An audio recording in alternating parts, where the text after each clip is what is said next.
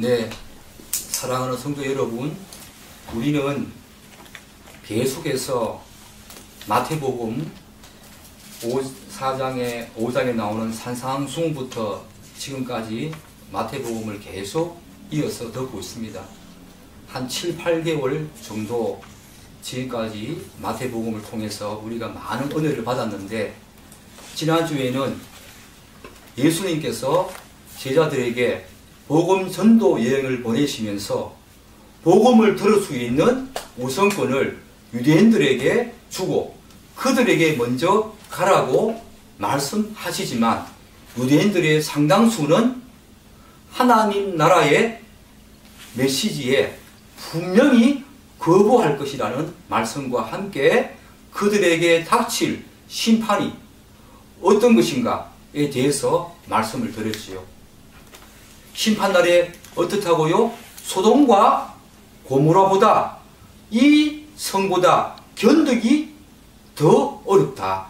오히려 소돔과 고모라가 이 성보다 견디기 더 쉽다라고 말씀을 하셨습니다. 예수님의 이 말씀은 굉장히 끔찍하고 무서운 말씀입니다. 왜냐하면 그들에게 닥칠 그 심판, 소위 심판의 상징이라고 할 수 있는 소돔과 고모라 땅보다 그 심판과도 비교할 수 없다. 그것은 정말 하나님의 종말론적인 심판이 얼마나 위험하고 또 닥칠 그 심판이 얼마나 끔찍하고 무서운가를 우리에게 단적으로 말씀해 주는 귀한 말씀이지요. 그들에게 임할 종말론적인 심판이 그렇게 무섭다는 겁니다. 여러분, 오늘날도 그래요. 복음을 무시하는 것은 자신의 인생에서, 자신 인생 전체에서 가장 위험한 일이고, 사람의 한 인생에서 가장 귀한 보물을 놓친다는 것을 여러분이 꼭 기억하시기 바랍니다. 오늘은 이제 이전 시간에 하나님 나라 복음을 거부하는 자들과 그들에게 닥칠 심판에 대한 초점에서 어디로 초점을 옮겨갑니까? 복음을 전하는 자들에게 초점이 옮겨지면서 그들에게 닥칠 거부와 이 복음을 전하는 사람에게 닥칠 이 거부와 적대감과 관련된 메시지가 오늘 선포되어집니다. 예수님께서는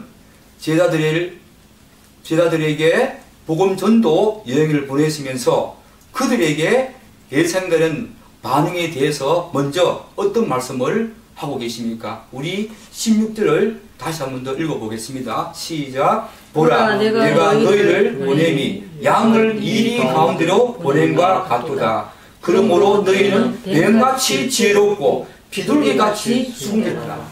예수님께서는 세상에 제자들을 내보내는 장면을 양을 이리 가운데로 보내는 장면으로 묘사하고 있습니다.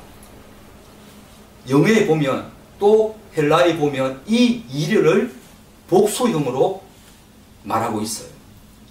양은 여기서 누구겠습니까? 양은 누구겠습니까? 전하는 자. 제자들이겠지요. 그렇게 울굴대고 있는 이리들 가운데에 양을 보내는 장면으로 묘사하고 있는데, 사실 이 이리와 양은 천적 관계지요. 그만큼 복음을 전하는 상황이 어렵고 힘들며 녹록치 않다는 것을 의미합니다. 이 세상을 지배하고 있는 사단의 영이 얼마나 강력한지를 단적으로 우리에게 예수님께서 이 묘사를 통해서 이야기를 해주고 있지요. 제자들은 복음 전도 여행을 단순히 복음을 알지 못하는 사람들에게 가서 전하는 차원의 문제가 아니라 그들을 지배하고 있는 사단과 전쟁터, 사단과 함께 전쟁을 벌이는 그 전쟁터로 가는 것임을 인식해야 합니다. 지금도 마찬가지예요. 우리가 한 사람에게 복음을 전할 때에 단지 그에게 단순히 하나님에 대해서 전하는 어떤 그런 차원의 문제가 아니라, 내가 바로 그 사람을 지배하고 있는 그 사람 배후에 있는 사단의 영과 함께 전쟁을 하러 간다. 이런 식의 인식이 우리에게 필요하다는 것이요. 에베소서 6장 12절에 보면 이런 말씀이 있어요. 우리의 시험은 뭡니까? 혈과 육이 아니요. 통치자들과 권세들과 이 어둠의 세상 주관자들과 하늘에 있는 악한 영들을 상대함이라. 여기 보면 이 어둠의 영들, 다시 말씀드려서 우리가 싸워야 될 그 영적인 존재들을 다양한 방식으로 표현하고 있습니다. 통치자들과 권세자들과 이 어둠의 세상 주관자들과 하늘에 있는 악한 영들을 상대함이라. 바로 이리들이지요. 이리들. 아까 그 이리가 복수형으로 말했지요. 우리가 상대할 그 영적인 존재들은 이렇게 다양하다는 거예요. 이리들이라는 거예요. 복수형으로 말하고 있다는 점에서 우리가 굉장히 심각하다는 것을, 우리가 들어가는 그 전쟁이 굉장히 어려운 상황이고 또 굉장히 심각한 상황임을 우리가 잘 이해해야 됩니다. 이것은 개인과 복음 전도에 다 해당하는 거지요. 이게 우리가 이 세상을 살아가면서 성화의 과정에서 하나님의 그 성품을 닮아가는 거룩함에 그 이르는 그 길에도 우리가 이러한 이리들을 많이 만나지만 특별히 복음을 전하는 그런 상황 속에서는 더 많은 이리들이, 이런 다양한 영적 존재들이 배후에 있어서 그 사람이 아니라 우리가 대상을 두고 있는 그 사람이 아니라 그 사람 배후에 있는 그 영적인 존재를 상대하러 간다라고 인식을 해야 돼요. 그 사람 자체가 아니에요. 저도 우리 아버지 말씀을 많이 전해보지만 지금은 그런 생각합니다. 우리 아버지가 문제가 아니라 그 아버지를 지배하고 있는 영적 존재가 굉장하다는 거예요. 그걸 지금 제가 많이 느껴요. 끊임없이 기도하고 있는 것이 그 사단과 마귀의 권세에서 우리 아버지를 건져주소서 라고 제가 말씀드리고 있지요. 9월달에 10월달인지 9월달인지 아직 잘 모르겠지만 추석날 또 가서 제가 복음 설교를 우리 가족들에게 하려고 합니다. 아버지와 어머니와 제 동생들에게 하려고 합니다. 그들이 받아들이든 그렇지 않든 간에, 그래서 지금부터 저는 벌써 몇 달 전부터 그것을 두고 기도하고 있어요. 마귀의 영들을 주님께서 물리쳐달라고. 그렇기 때문에 예수님께서는 이런 심각한 상황 속에 그들을 보내시는데, 이 복음을 전하는 사람, 이 제자들에게 예수님께서는 그래서 이런 어렵고 힘들고 위협적인 상황 속에서 어떻게 행하라고 오늘 그 답을 제시해 주고 있어요. 너희들이 이리 가운데 들어가지만, 양들로서 이리 가운데 들어가지만 충분히 이길 수 있고 충분히 그들에게 말씀을 전할 수 있는 그런 어떤 상태가, 어떤 삶, 어떤 행위에서 그런 상태가 되는지를 오늘 우리에게 말씀하시는데, 뭐라고 말씀하십니까? 첫 번째로 너희는 뱀같이 지혜롭다, 지혜로워라, 이렇게 말씀하고 있어요. 우리는 뱀에 대해서 다 부정적인 시각을 갖고 있지요. 그렇지요. 창세기 3장에 보면 아담과 하와를 유혹하고 미혹한 그 존재가 뱀입니다. 사단이 뱀에게 들어가서 그를 조종해서 하와 아담을 유혹해서 타락한 존재로 만들어버렸던 그런 뱀에 대해서 굉장히 부정적인 시각을 갖고 있는 것이 사실입니다. 그러나 성경은 뱀은 교활하고도 하지만, 영어로 크래프트, 교활하기도 하지만 wisdom 해서 지혜롭기도 하다, 이렇게 언급을 하기도 합니다. 뱀을 단순히 부정적인 시각으로만 묘사하지 않고 오늘 여기에서는 굉장히 긍정적으로 뱀의 그 지혜로움을 배워라 라고 하면서 성경에서는 뱀을 지혜롭다고 하는 상징으로 등장시켜서 긍정적으로 말해주기도 해요. 여기서는 바로 교활한 뱀의 모습이 아니라 바로 지혜로운 뱀을 강조하는데, 그러면 여기서 지혜롭다가 뭔가 다시 살펴봐야 되겠죠. 이 말은 결국 제자들에게 복음을 전하는 과정에서 그들에게 다가올 적대와 박해, 그리고 심각한 거부감 가운데서도 바로 이러한 지혜, 여기서 지혜는 영적인 분별력을 의미합니다. 영적인 분별력. 영적인 분별력이 있어야 한다는 것을 예수님께서 강조하고 있어요. 예수님께서도 말씀을 가르치시고 복음을 전하는 과정에서 굉장히 지혜로우셨지요. 예수님을 닮아라는 거예요. 복음을 전하는 과정에서 예수님을 닮아라는 거예요. 예수님께서 십자가에 돌아가시기 전까지 그 공생의 기간 동안에 제자들을 가르치시고 그 당에서 많은 사람들을 가르치시고 복음을 전할 때마다 그는 굉장히 지혜롭게 행동을 하셨습니다. 사람들이 그를 왕으로 삼고자 할 때에 그는 지혜롭게 빠져나와서 자기 때가 아님을 알고 하늘에 가서 저 산에 가서 기도하신 분입니다.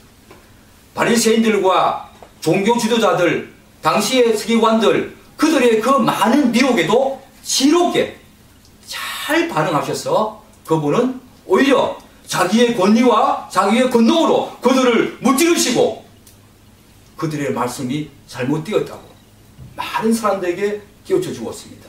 굉장히 지혜롭게 행동을 하신 거지요. 바로 영적인 분별력이 있었기 때문에 가능했던 겁니다. 영적인 분별력. 이 영적인 분별력을 오늘 예수님께서는 가장 먼저 이야기해요. 왜 그럴까요? 제가 말씀드렸지요. 이리가 양을 보냄 같다. 이 말은 이리 때 가운데 양을 보냄 같다. 제가 무슨 말씀 드렸어요? 영적인 존재들이 우글우글거리고 있는 그런 어떤 장소, 그런 곳에 보낸다라고 했으니까 우리에게 가장 먼저 요구되는 것은 영적인 분별력입니다. 영적인 분별력을 가장 먼저 주님께서 말씀하고 있다는 것을 우리가 잘 인식해야 돼요.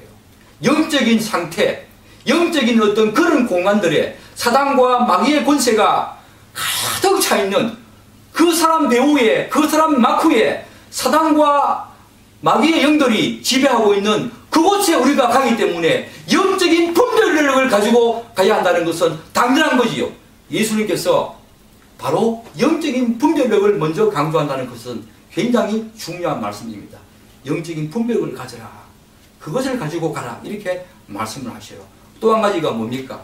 비둘기같이 순결하라. 이렇게 말씀하고 있지요. 굉장히 중요한 부분입니다.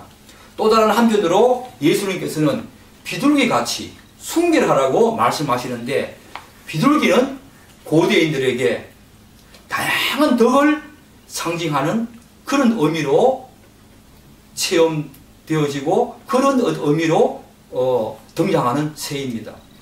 우리는 마태복음 3장 16절에서 예수님께서 성령을 받으실 때 예수님께 성령이 임하실 때 기억납니까? 하나님의 성령이 뭐와 같이? 비둘기와 같이 내려 자기 위에 임하심을 보시더니 라는 표현을 우리가 들었지요.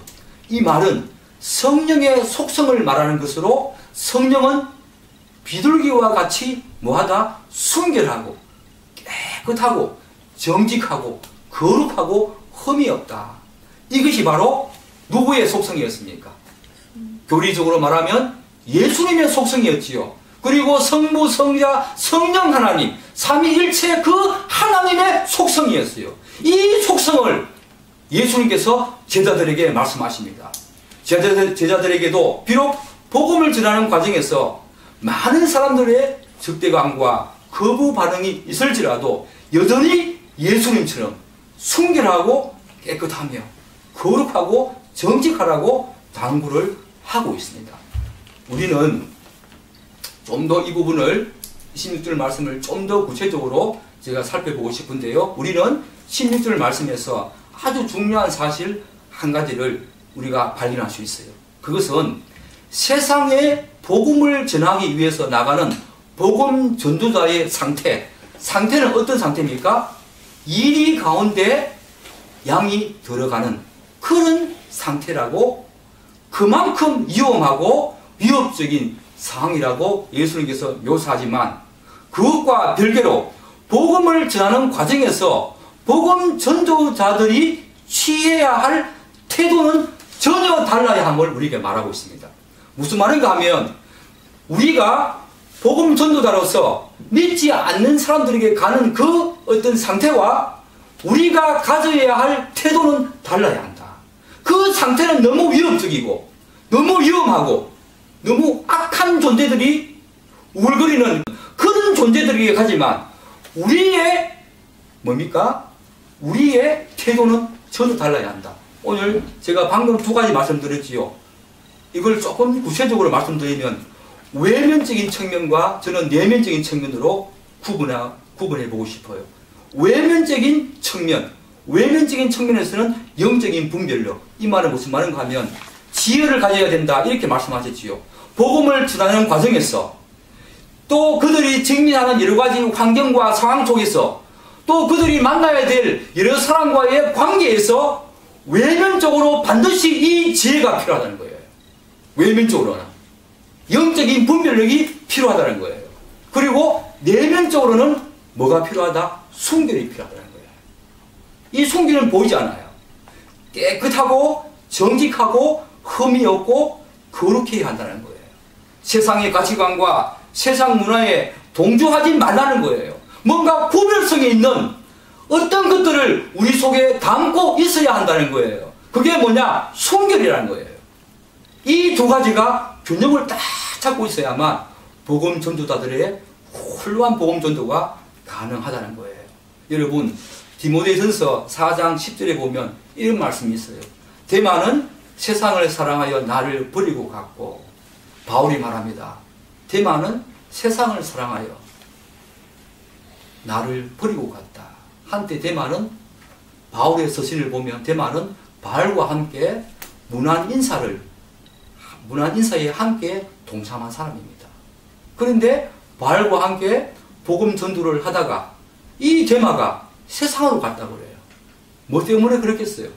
영적인 분별력과 순비를 잃어버렸습니다. 세상이 더 좋아진 것이죠. 복음을 전하다가 이런 상황이 벌어져요. 세상의 가치관과 세속 문화에 동조하지 말라는 거예요. 그런데 데마는 거기에 동조가 말았어요. 세상으로 갔다는 거예요. 바울과 함께 이 전도 여행을 다니면서 복음을 전하는 그 위대했던 그 데마가 세상의 가치관과 문화에 동조하면서 세상으로 갔다는 거예요. 그런 위험성이 우리에게 있다는 거예요. 사단과 마귀의 계계는 굉장히 교모합니다. 우리가 그 부분을 잘 생각해야 돼요. 하나님의 사역을 아름답게 성취하기 위해서는 반드시 지혜와 순결, 그리스도인에게 반드시 이것이 전제되어야 함을 예수님께서는 지금 강조하고 있지요. 이것은 바로 예수님께서 공생의 기간 동안에 복음 사역을 하시면서 제자들에게 보여주신 모습이기도 합니다. 예수님께서는 직접 복음 전도는 바로 자신과 같은 방식으로 해야 한다는 것을 이야기를 하고 있지요. 여러분, 기독교의 핵심은 십자가와 부활입니다. 십자가와 부활이죠. 기독교의 핵심은 십자가와 부활입니다. 그렇듯이 복음 전도자들에게는 지혜와 순결이 필요해요. 우리가 예수님으로 말미암아 그분을 믿음으로 말미암아 진리와 성화 이 두 개가 상도마차처럼 우리에게 있어야 되듯이 십자가의 그 복음과 부활의 복음도 있어야 되듯이 오늘 복음 전도자들에게 말씀하시는 이 지혜와 순결은 외면적으로 내면적으로 상도마차를 이루어서 복음 전도자들에게 반드시 있어야 될 아주 중요한 그런 어떤 측면으로 이야기하고 있다는 것을 여러분들은 꼭 기억하셔야 됩니다. 아멘. 성령의 인도하심으로 이것은 우리 스스로 이룰 수 없는 거예요. 그 지혜와 영적인 분별력과 순기는 성령 하나님의 인도하심으로 말미암아 우리가 중생을 하고 거듭남으로 말미암아 하늘로부터 내려오는 새 생명, 그 새 생명이 내 안에 거주하시면서 그 성령님의 인도하심으로 가능한 거지요. 그분과 함께 잘 붙어서 그분과 함께 연합되어서 우리가 가져야 될 가장 중요한 어떤 복음 전도자들에게 오늘 우리에게 있어야 될 것이 바로 이 지혜와 순결 이 두 가지 상도마차를 예수님께서는 오늘 강조하고 있는 거예요. 그렇다면 예수님께서 제자들에게 너희를 보내니 양을 이리를 가운데 보낸 것 같다는 구체적인 결과가 어떻게 나타날 것이라고 예수님께서 또 말씀하시는데 우리 17절과 18절을 또 함께 읽어보겠습니다. 시작. 사람들을 상가라. 그들이 너희를 공회에 넘겨주겠고 그들의 회당에서 채찍질을 하리라. 또 너희가 나로 말미암아 총독들과 임금들 앞에 끌려가리니 이는 그들과 이방인들에게 증거가 되게 하려 함이라. 가장 먼저 뭐라고 말합니까? 사람들을 상가라. 사람들이, 사단과 마귀는 사람을 미혹해서 내가 드나고자 하는 그 사람 마쿠에서, 배후에서 그 사람을 조종해서 나의 영적인 분별력을, 내가 영적인 분별력이 없다면 내가 오히려 당하는 그런 꼴이 되겠지요. 사단과 마귀의 권세는 대단합니다. 비록 예수님께서 그의 목을 밟았지만 여전히 이 세상은 사단과 마귀의 어떤 권세가 일정 부분 지배하고 있는 그런 세상이잖아요. 그래서 예수님께서는 가장 먼저 사람들을 상가하라. 바울도 마지막 때가 되면 사람들을 상가하라. 이 말씀을 굉장히 많이 하시지요. 사람들을 상가하라. 앞들에서 말한 지혜와 관련되지요. 사람들을 상가해야 된다.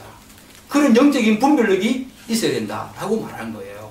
그러면서 복음 전도자들에 대한, 사람들에 대한 거부와 박해를 크게 두 부분으로 구분해서 말씀하고 있어요. 17절은 주로 유대인입니까? 아니면 이방인들입니까? 17절은 주로 유대인들을 이야기하고 있지요. 유대인들의 거부와 박해에 대해서 말하고 18절은 이방인들의 거부와 박해에 대한 내용을 말하고 있어요. 여기서 우리가 한 가지 의문점을 발견할 수 있어요. 예수님께서는 지난주에 제가 말씀드렸지요. 그 복음의 우선권을 누구에게 주었다? 복음의 우선권을 유대인에게 주었지요. 그런데 18절에는 지금 이 복음 전도자들, 제자들이 지금 가는 곳이 유대의 땅입니까? 이방 땅입니까? 유대 땅이지요. 그런데 18절에서는 이방인들에 대한 이야기도 해요. 이런 부분으로 봐서 오늘 이 말씀은 오순절 성령 강림 이후에 이방인들에게도 복음이 전파된다는 그런 가정 속에 예수님께서 하시는 말씀입니다. 지금 이 제자들은 유대인들에게 가지만 그뿐만 아니라 너희들이 오순절 성령 강림 이후에는 이방인 땅에도 가야 하기 때문에 그것까지 예언하셔서, 그것까지 예상하셔서 하시는 말씀이에요. 오늘 이런 모습들은 우리가 사도행전에서 많이 볼 수 있죠. 유대인들의 거부와 박해는 그들이 제자들을 공의에 넘겨주고 회당에서 채찍질 할 것이라고 말하면서 기독교에 대한 유대교의 박해와 거부, 반대가 굉장히 심각할 것이라는 것을 언급하고 있습니다. 사도행전에 보면 이런 사도들이 유대인들로부터 이런 박해를 당하는 모습을 많이 보게 됩니다. 대표적인 것이 사도행전 5장 40절에 보면 나와 있지요. 베드로가 공의에 넘겨집니다. 박해를 받습니다. 거부를 당합니다. 그렇지만 하나님의 성령에 의해서 영적인 분별력으로 인해서 풀려나지요. 그런데 특이한 점은 오늘 18절에 보면 뭐라고 나와 있냐면 너희가 나로 말미암아, 이 말은 나 때문에, 예수님 때문에 제자들을 누구에게 세운다 그래요? 끌려간다 그래요? 제자들을 로마의 총독과 임금들 앞에 끌려가게 된다는 것인데 예수님께서는 그 이유가 바로 그들과 이방인들에게 예수님의 증거자, 곧 복음의 증거자로 세우기 위해서 그렇게 할 것이라고 말씀하셔요. 제자들과 사도 바울의 전도 여행에서 로마의 총독과 임금들 앞에 끌려간 경우가 굉장히 많지요. 그런데 예수님께서 그렇게 하시는 이유가 뭐다? 그들에게 복음을 전하기 위해서. 그들에게 복음을 전하기 위해서. 대표적인 사람이 사도 바울입니다. 사도 바울이 로마의 총독 앞에 서기도 했고, 나는 로마의 시민권이 있으니까 나는 로마의 가이사에게 나는 가서 심판을 받겠다, 재판을 받겠다라고 자기 말년에 그렇게 말하죠. 로마까지 가서 전도 여행을 하고 싶었던 그 사도 바울의 그 간절한 소망을 하나님께서 어떻게 들어주십니까? 도저히 상상할 수 없었던 그 당시에 땅끝이라고 생각했던 로마에까지 가는데 그 앞에 세우십니다. 세우는 목적이 뭐예요? 바로 오늘 그렇게 끌려가는데 세우신 목적이 뭡니까? 하나님의 복음을 전하기 위해서. 여러분, 우리의 부르심에는 반드시 목적이 있습니다. 우리의 부르심에는 반드시 하나님의 목적이 있어요. 부르심의 목적이 있다는 거예요. 결국 제자들이 복음을 전하는 과정에서 로마의 총독과 임금들 앞에 끌려가서 서게 되는 것은 그들과 이방인들에게 이 참된 구원의 복음, 그것을 전하기 위한 분명한 하나님의 섭리와 주권적인 어떤 역사, 그것이 작동하는 중요한 기회임을 제자들에게 강조하고 있어요. 복음을 전하게 하시는 하나님의 방식이 이런 방식이라는 거예요. 무섭지요. 로마의 총독 앞에 우리가 선다. 왕들 앞에 선다. 라는 것은 그들에게 굉장히 위협적인 상황입니다. 그렇지만 하나님의 부르심에는 분명한 목적이 있고 하나님이 그런 방식으로 복음을 전하게 하는 방식이에요. 그 방식을 제자들에게 미리 말씀해 주는 것이요. 이러한 상황은 예수님이 십자가에서 돌아가시기 전에 예수님께서 겪었었던 내용이기도 합니다. 실제로 오순절 성령 강림절 이후에 복음의 초점이 유대인에게서 어디로 옮겨집니까? 이방인들에게로 옮겨지지요. 그 옮겨지는 과정에서 사도 바울을 비롯한 모든 예수님의 제자들이 그런 어려움을 겪게 돼요. 실제로 로마의 총독 앞에, 빌라도 앞에 예수님이 섰던 것처럼 로마의 총독 앞에 서게 되고 임금들 앞에 서게 되는 그런 상황을 우리가 보게 됩니다. 예수님께서 제자들에게 전도 여행을 보내시면서 양을 2립대 가운데 보내는 것과 같은 그런 상태로 말씀하실 정도로 복음 전도가 정말 위험하고 위협적인 상황이다. 그럼에도 불구하고 지금까지 하나님의 나라가 굳건히 세워지고 전파될 수 있었던 이유가 뭐겠습니까? 그 복음이 로마를 정복하고 그 복음이 저희 서유럽을 동유럽을 정복하고 그 복음이 미국을 거쳐서 오늘날 한국 땅까지 중국 땅까지 오게 되었습니다. 1세기 상황은 정말 그러했습니다. 정말 임금들 앞에 끌려가게 되고 또 로마의 총독 앞에 서게 되고 그런 상황이었지요. 그런 상황에도 불구하고 그럼에도 불구하고 그 복음이 지금까지 존재하면서 오늘 동방의 이 작은 나라 바로 대한민국에까지 그 복음이 전해졌다. 그것은 놀라운 것입니다. 여러분 생각해 보세요. 분명히 양과 이리 때는 천적입니다. 양 이리가 한 마리가 아니에요. 제가 에베소서 6장 말씀드렸지만 이 영적인 존재들은 다양한 모습으로 존재합니다. 다양한 모습으로 어떤 사람들 막후에 배후에 있지요. 그런데 양과 이리들 싸움이 되겠습니까? 그럼에도 불구하고 이 복음이 오늘 한국 땅까지 왔어. 이 복음이 중국까지 가고 이 복음이 세계에 한 바퀴를 돌았다. 이것은 놀라운 거지요.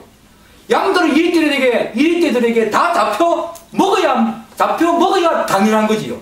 그런데 그 복음이 오늘 이 땅까지 왔다는 거예요. 그 이유가 뭐겠습니까? 예수님께서 이렇게 말씀하십니다. 요한복음 16장 33절에 세상에서는 너희가 환난을 당하나 담대하라. 내가 세상을 이겼다.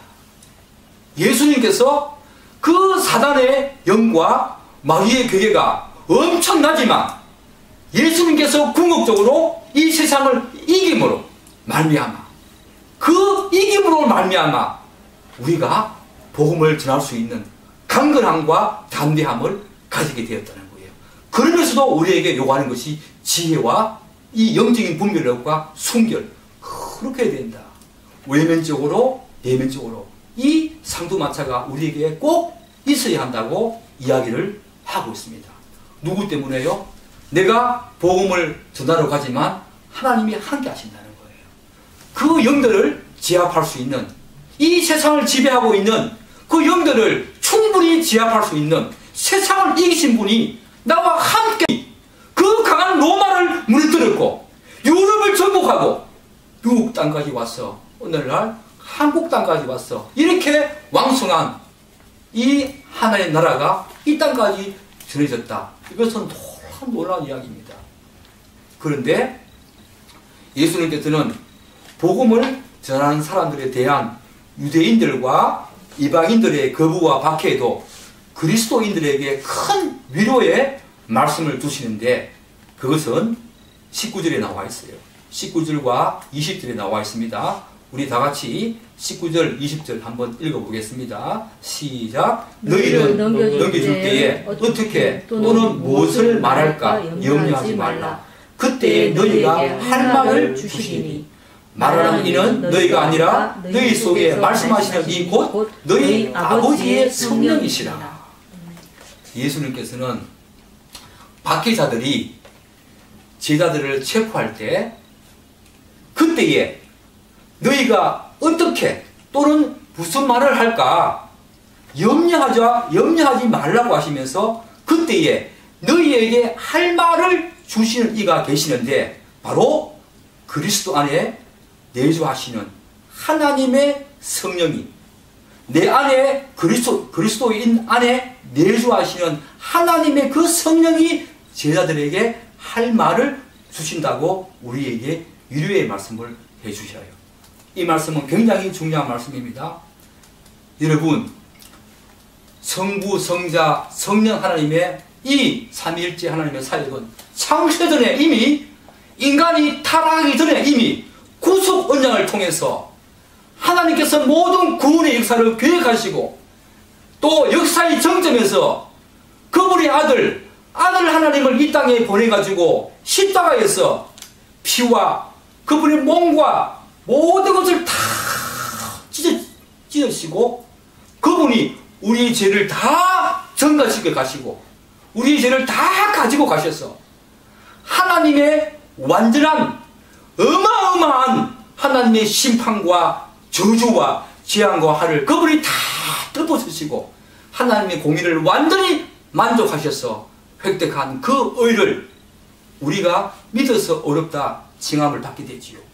그 성부 하나님의 구원의 계획과 이렇게 이루신 예수 그리스도 아들 하나님의 그 구원의 성취하심과 오늘 우리에게 1대1로 다가오셔서 우리에게 그 모든 것을 일일이 깨워줘 주시고 알게 하시는 성령 하나님의 적용하심이 이 은혜 언약과 창세전에 있었던 이 구속 언약을 통해서 오늘 우리에게 주어진 것처럼 오늘 예수님께서 어떻게 말씀하셔요? 삼위일체 하나님께서 너희와 함께 하신다는 거예요. 20절 보면 말하는 이는 너희가 아니라 너희 속에 말씀하시는 이 곧 너희 아버지의 성령이니라. 여러분, 왜 너희 아버지의 성령이라 했을까요? 성령님은 누가 보내세요? 성령님은 누가 보내세요? 성부 하나님. 성부 하나님이 바로 아들 하나님의 이름으로 보내는 영이 성령님이시죠. 삼위일체 하나님이 여기에 등장을 해요.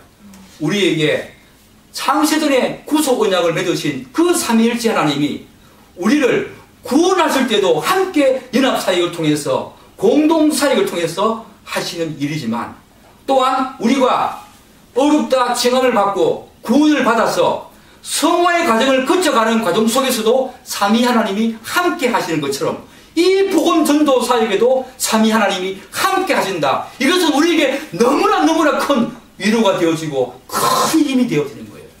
삼위 하나님은 이렇게 늘 함께 하십니다. 우리와 늘 함께 하신다는 거예요. 바로 그 하나님이 우리에게 함께 하셔서 우리에게 할 말을 주신다. 그렇기 때문에 우리가 이리때가 우글거리는 그런 가운데 들어갈지 할지라도 복음을 담대하게 전할 수 있는 이 권능과 능력이 우리에게 있는 거지요. 하나님의 성령이 말하신다. 염려하지 말아라. 사실 베드로와 사도 바울은 그런 경험들을 사도행전에서 많이 했음을 우리에게 보여주고 있습니다. 그런데 어떤 사람들은 이 말씀을 오해해서 하나님께서 모든 것을 다 준비하시고 살피시고 인도하시기 때문에 우리들은 복음을 제시하고 전하는 그런 측면에서 아무런 준비 필요 없다고 그렇게 오해하는 사람도 있습니다. 그것은 아닙니다. 성경은 우리에게 분명히 주의 깊게 그리고 사려 깊은 진술을 준비해야 한다고 말씀하셔요.